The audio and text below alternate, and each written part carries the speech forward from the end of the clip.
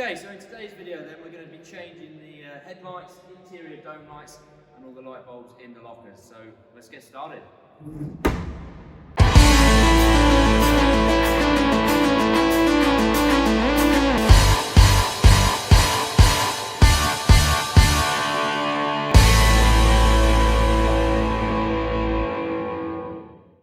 Okay, so the first bulb we're going to change in is the left headlight. As you can see, right headlight, no issues, left headlight completely dead. So let's get on removing the outer glass. Right, okay, so the first step then is to remove a single screw, which is just underneath here.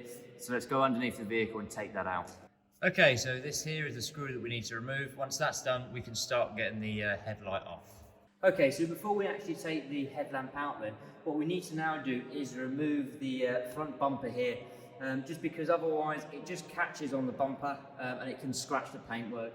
So to remove the front bumper then, all you've got to do is undo these 4 bolts here. After that, the bumper just pops off and we can put it to one side. So let's get on with that. When you're taking these off, you're much better using a socket wrench rather than just a spanner because you will get this scraping of the paint here. Because this bumper is going to be completely stripped, as most of the Goddess is, of paint and then repainted, I'm not too bothered. So behind it then there's a bolt, so if you just hold that bolt, once you've loosened it, then you can just do it with your fingers. So you've got your nut, your bolt and a washer as well, so keep them all together. Do it for the other 3 and then that's it done. The next step is to remove this outer chrome piece here.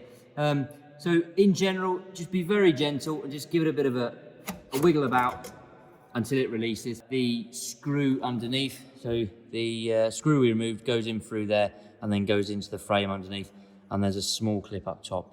So the next step then to remove the actual assembly, really simple. We're going to apply even pressure and then twist anti-clockwise, so to the left. So as you can see, I've already disconnected the cable from the unit itself, but all it is, it's a bayonet style clipping, as you can see there. So all you have to do is just gently pull it out a little bit, it'll be on like that, and then just twist it off. So it's very important that you don't adjust these 3 spring balance screws here, okay, because that adjusts the angle of the light itself. If you see inside here, the bulb itself is on like a little sort of metal washer, and you can just about see, if I zoom in,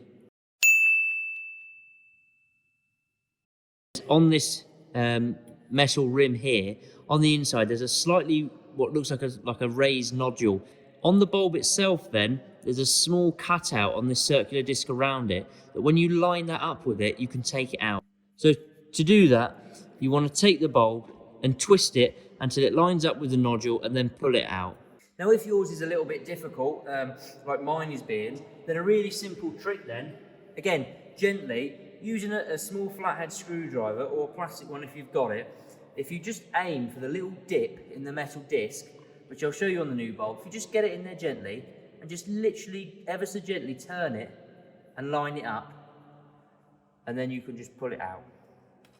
So there you go, so you tip it upside down and it falls out, and it's that easy.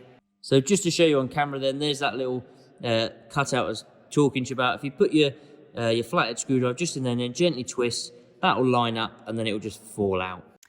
Okay, so let's talk about the bulb itself and the replacement bulbs you're going to need. So for the headlights then, if you look in the instruction book, so this is an A4 blown up copy, but if you look inside this, which I've shown you previously, and if you go to page 4, you'll see there it lists all the different types of bulbs your vehicle may need. So for us, this is a right-hand drive vehicle, so it tells us it's a 12 volt, 42/36 watt DC pre-focus left-hand bias dip. It's actually quite common that you will find some of these sort of new old stock, so new bulbs that were manufactured quite a while ago. This saves you from having to try and upgrade it or go with a modern alternative. It's nice to use original parts where you can. So the particular one I've got here is a British Lumax.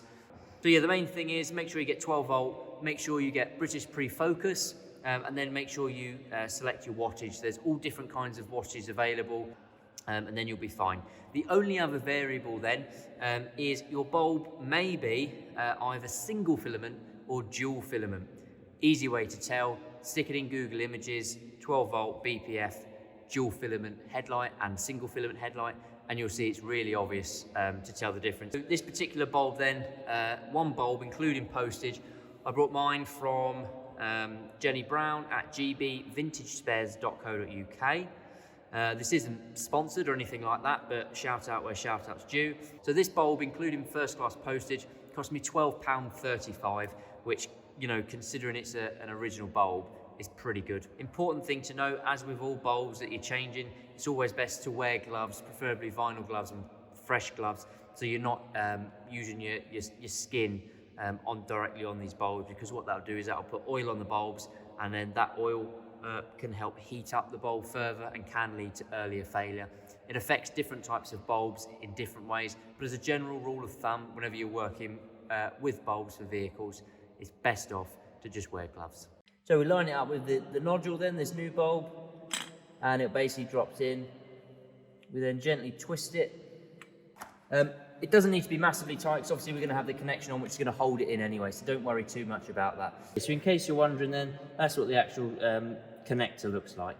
Okay, so the outside chrome bit can be a little bit difficult to get back on, so top tip, place it on from the top first. There's a small little tab, place that in, and then push the bottom in, and then if you look underneath, you can line up the screw hole with the sort of other screw hole from the actual headlight unit itself, and then just give it a gentle push underneath, and it should click into position.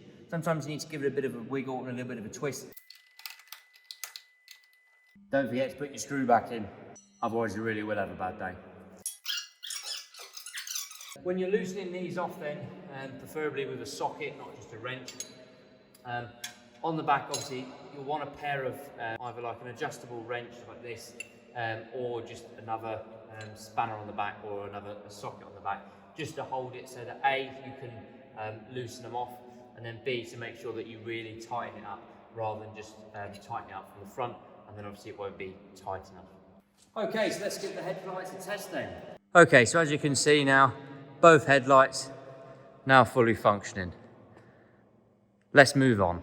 Yo, Tony Ricky here, and that's right, former WWE superstar and Hall of Fame pro wrestler, yo. If you're enjoying this video so far on Perks Auto, take 5 seconds to hit that subscribe button and like this video. Oh, hey, green goddesses are not cheap. Oh yeah, yo. Okay, so the next light to change then is the interior cabin light. To remove the interior dome lights cover, it's just one screw just on the side here, and there you go. You don't have to worry about that screw coming out because it's got a little clip on it. Get rid of that dead wasp. And another dead wasp. Wow, a lot of dead wasps. Okay, as you can see, I've already removed the bulbs, but this the interior dome light has 2 bulbs. Okay, so looking back in the instruction book then, it's under side lamps and cab roof lamp, and that's a 12 volt, 6 watt SCC. So the original bulbs that are in there then, they're this.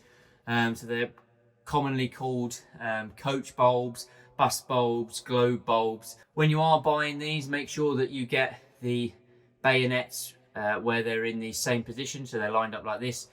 You can also get versions of these for different vehicles where they're slightly staggered, so one pin will be forward, one pin will be backward. For these ones, what you're looking for is ones where they're in alignment. Okay, so while it says 6 watt in the instruction book, the bulbs I actually removed are 12 volt, 12 watt bulbs.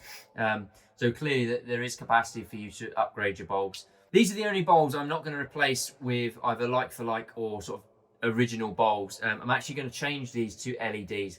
And that's for 2 reasons. The first is, reason number 1, unlike all the other bulbs, this is behind a frosted glass cover, so you're not actually going to see the bulb, so it's not going to ruin, you know, sort of the original effect of the vehicle. But also, you can get LED bulbs now that they're much longer lasting, they're much brighter, typically generate less heat, and also they use a lot less power to produce the same brightness than these standard bulbs do. So these are 12 watt bulbs. The bulbs I've got here are BA15D. 12LAS-WW, and these are LED bulbs, and they're 2 watts, and I've gone for warm white. So cool white is a bit too bright. As I said, these each are 2 watts, so instead of 24 watts that was currently in there, we've dropped it down to 4 watts, and these are actually as bright, if not brighter, than the 12 watt bulbs. If we compare it, basically they just haven't got that bulbous bit on the top because they've just got the LEDs in an array there. So 2 watt bulb is the same size, so you're not going to cause any issues then within the dome lamp itself. So these 2 bulbs, these 2 LED bulbs then I got from a site called Bedazzled LED Lighting. Again, not sponsored or anything. Total cost then for 2 bulbs, including recorded delivery, was £16.50, which for LED bulbs is not really bad, especially considering that each bulb is using 1/5 of the power of the old bulbs. So let's get these fitted and tested out.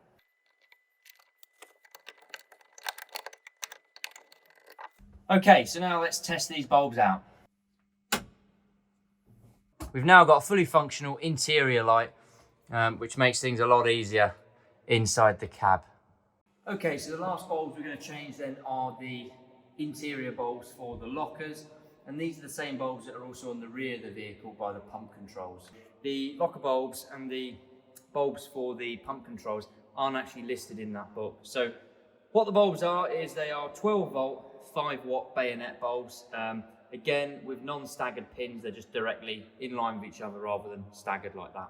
These are really cheap to replace, so these are still Lucas brand, so keeping it as original as possible, but they're new bulbs, they're not new old stock or anything like that. I bought a pack of 10 and then a single one as well. So in total then for 11 bulbs it's £11.23 including all postage, so it's basically just over £1 a bulb. I got these from autoelectricsupplies.co.uk. Again, not sponsored, pretty good website for bulbs and other electrical items. They do a lot of switches as well, so in an upcoming video you'll see me install new push-pull switches for the 2-tone horn, and that's where I got that from. And the model number is Lima Lima Bravo 209 BA15D. So to fit it, again, it's just simple. Pop it in place, twist it, put the cover back on, do the screw, done. Okay, so if we look inside the locker, all the lockers are the same style bulb. So to remove this protective cover then that protects the locker bulbs, you just need to remove this one screw here.